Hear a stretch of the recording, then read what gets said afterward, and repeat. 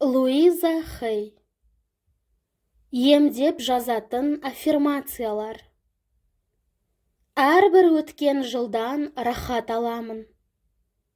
Білімім әрқашан артып отырады. Данышпандығыммен әрқашан байланыстамын. Өмірімнің әрбір тұсында мені періштелерім желеп жебеп жүреді. Қалай өмір сүруді білемін. Соңғы күніме дейін денім сау, өмірге құштармын. Қоғамға үлесімді тигізіп жүремін. Қазіргі жасыма көңілім толады. Өзіме ұнайтын қарым-қатынастар ғана орнатамын.